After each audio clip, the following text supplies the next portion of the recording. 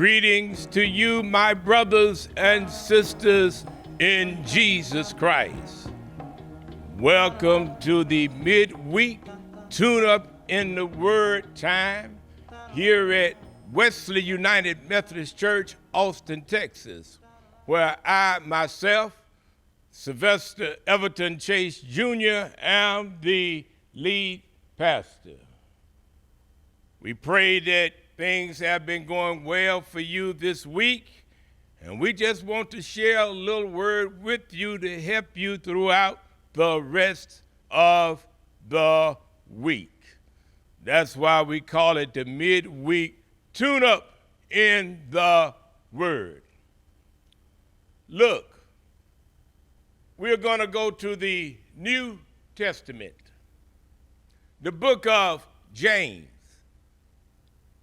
The book of James in the New Testament, go to chapter 4 in the book of James. Chapter 4, James chapter 4. I will be reading out of the New International Version translation of the Bible. We call it the NIV.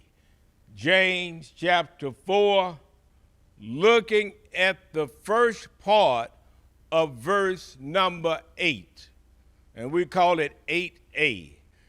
James chapter 4, the first part of verse 8, and it reads like this from the NIV translation. Come near to God, and he will come near to you. I'm repeating that again. That particular scripture, James 4, verse 8a. Come near to God, and he will come near to you. And we use as our theme, getting close to God. Getting close to God.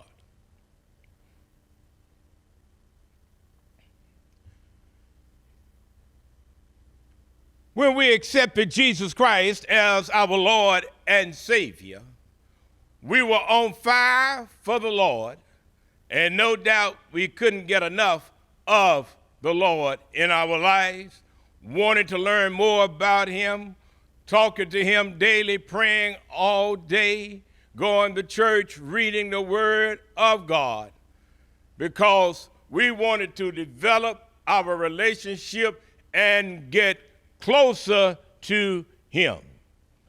But as time goes on, we feel that a separation comes between us and God. So the text says, come near to God, and he will come near to you. Now, what is happening is this: Satan is alive and well. Satan, one of his goals is to drive a wedge between you and God. Satan's wedge drives a distance between you and God, to the point now where we probably don't feel as close to God as we used to. And that is probably why we say, where is God? Because Satan has driven a wedge between us and God, and we don't feel as close to God as we used to. Well, what I am saying is this: we have, over a period of time, my brothers and sisters, me included, we have somewhat distanced ourselves from God. And that is a problem. So that is why I'm saying today, get closer to God. Now, 3 things I want to look at, and then we will be finished. We're talking about distancing ourselves from God. And when we distance ourselves from God, it is done unconsciously. Distancing ourselves from God is done unconsciously.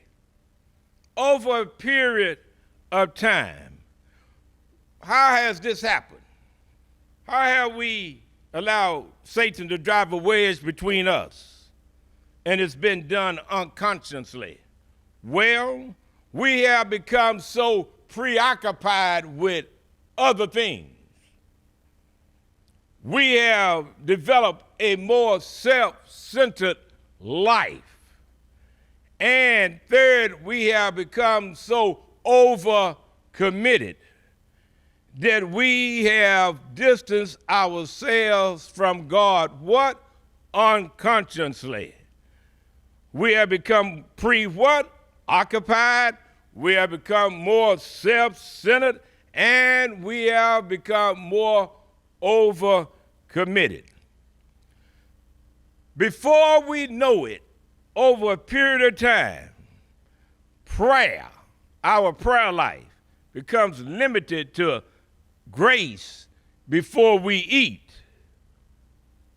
Bible reading is maybe only done before the preachers preach from a certain text in the Bible. And worship is only for a few moments on one Sunday a month. We have distanced ourselves from God unconsciously. Now, in the book of Hebrews, there in the New Testament, Hebrews chapter 2, verse 1 from the NIV, the New International Version, it reads, "Pay more careful attention, therefore, to what you have heard, so that you do not drift away."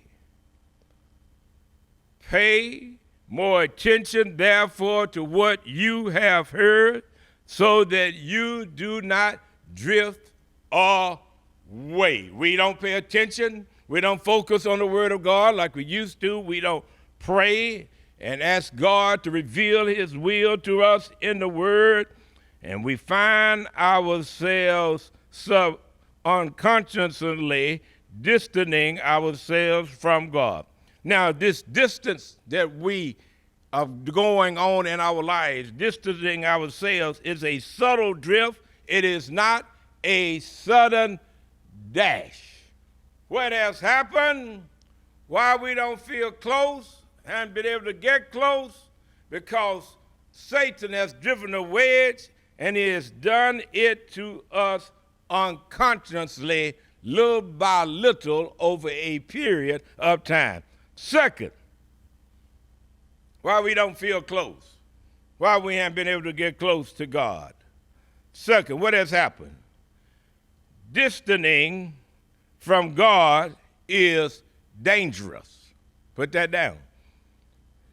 Distancing from God is dangerous. Satan's goal is to separate us from God and His blessing. You know, a soldier who falls into enemy hands in enemy's territory cuts himself off from the rest of his troops, and he or she becomes an easy target.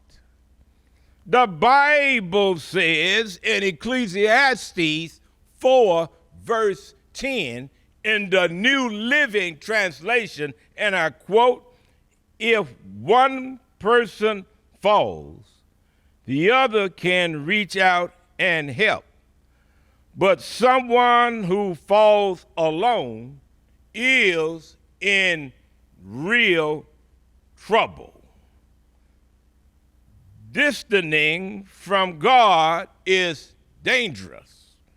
You don't have anyone to help you, to pick you up when you fall, to give you guidance, to give you encouragement, and you go into a period of depression. You are in a dangerous situation. Well, Satan is doing that to us. We are distancing ourselves from God unconsciously. And second, we are saying distancing ourselves from God is dangerous, for we have no one around to help us, to pick us up, to give us guidance, to pray with us and for us.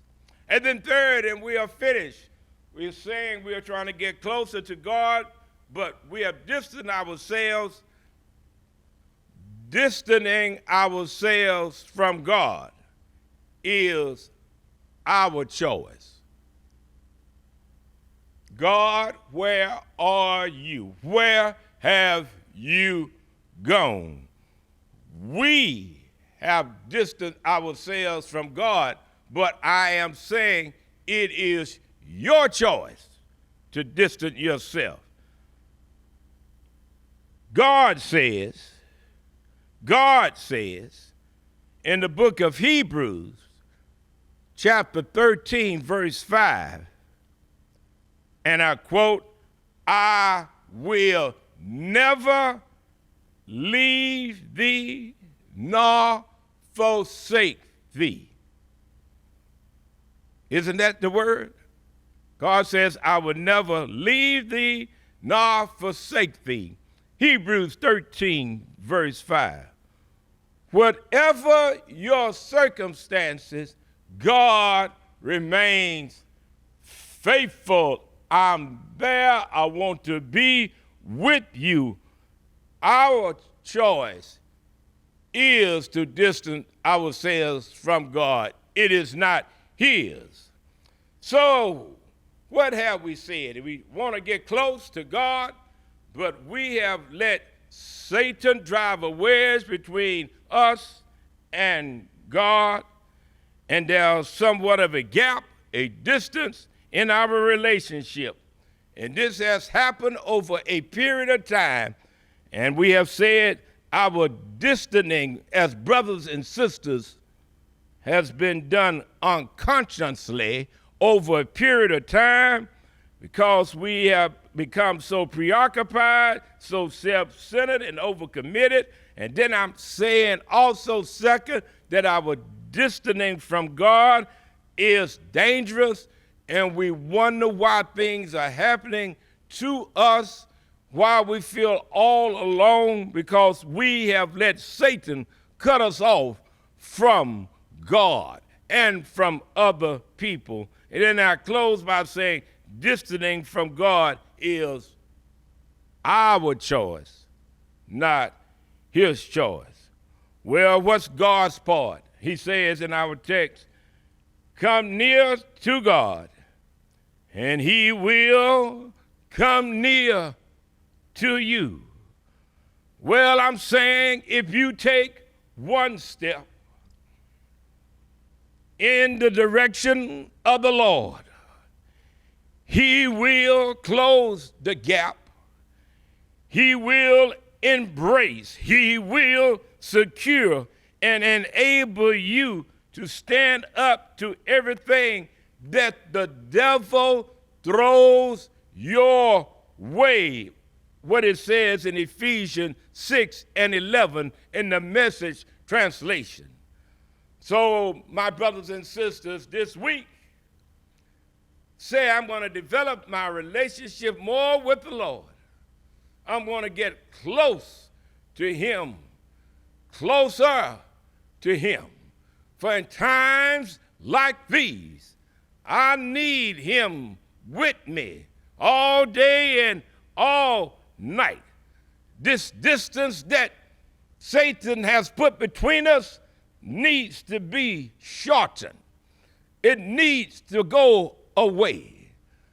You, my brothers and sisters, don't fall for Satan and his tricks in saying that you don't need to go to church. You don't need to read the Bible. You don't need the fellowship of others in the church. For all that it does is distance you from God. In the name of the Father, in the name of the Son, and in the name of the Holy Spirit, this has been God's word to you. Through me, get close to God. Keep the faith. Develop your relationship. Come near, and he will draw near to you. Peace. See you next week.